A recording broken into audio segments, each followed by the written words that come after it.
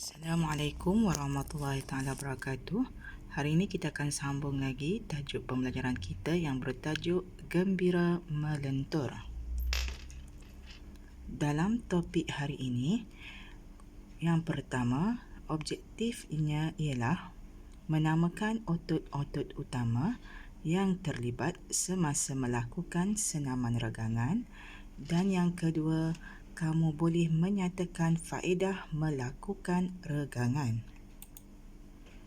Apakah yang dimaksudkan dengan aktiviti regangan? Regangan ini kita lakukan selepas aktiviti utama tamat. Maksudnya bila kamu selesai melakukan aktiviti, kamu boleh melakukan aktiviti regangan. Tempohnya adalah selama lebih kurang 30 saat semasa fasa pemulihan. Kenapa kita buat aktiviti regangan ini ialah untuk mengekalkan tahap kelenturan badan kita dan juga untuk memulihkan ketegangan otot. Maksudnya bila kita dah selesai buat aktiviti macam mendaki, bersenam, berlari, berbasikal, kita perlu buat aktiviti regangan untuk kita kekalkan tahap kelenturan badan kita dan juga kita nak pulihkan otot kita yang tegang tadi. Tak nak bagi sakit lah. Okey, jenis regangan. Dalam topik ni kamu perlu tahu regangan ada dua jenis. Yang pertama kita panggil regangan statik. Yang kedua kita panggil regangan dinamik. Ingat ada dua, statik dan dinamik. Apa yang dimaksudkan dengan regangan statik? Regangan statik ialah regangan yang dilakukan dengan mengekalkan perbuatan atau kedudukan anggota badan untuk satu-satu tempoh sekurang-kurangnya 10 hingga 15 saat. Maksudnya apa? Statik ni senang. Awak ingat statik ni tidak bergerak. Maksudnya kita dalam keadaan duduk tu, kita kekal pergerakan tu dalam masa 10 hingga 15. Kenapa kita perlu buat regangan statik? Untuk kita cepatkan pemulihan otot setelah beraksi dan juga kita nak tingkatkan kelenturan otot.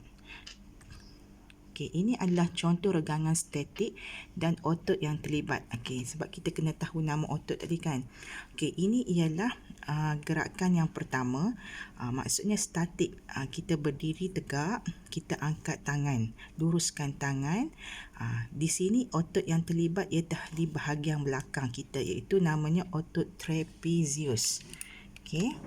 Ni kita buat, kita kekal duduk macam ni lebih kurang tadi 10 hingga 15 saat. Yang kedua ialah lakuan luruskan tangan. Tangan ni kita bengkok sebab kita nak otot dekat sini. Otot dekat bahagian tangan yang dipanggil otot extensor carpi radialis. Kekalkan juga selama 10 hingga 15 saat. Dan yang ketiga ialah gerakan luruskan kaki. Ini kita nak otot hamstring dekat belakang peha. Awak ingat kalau belakang peha ni kita panggil otot hamstring.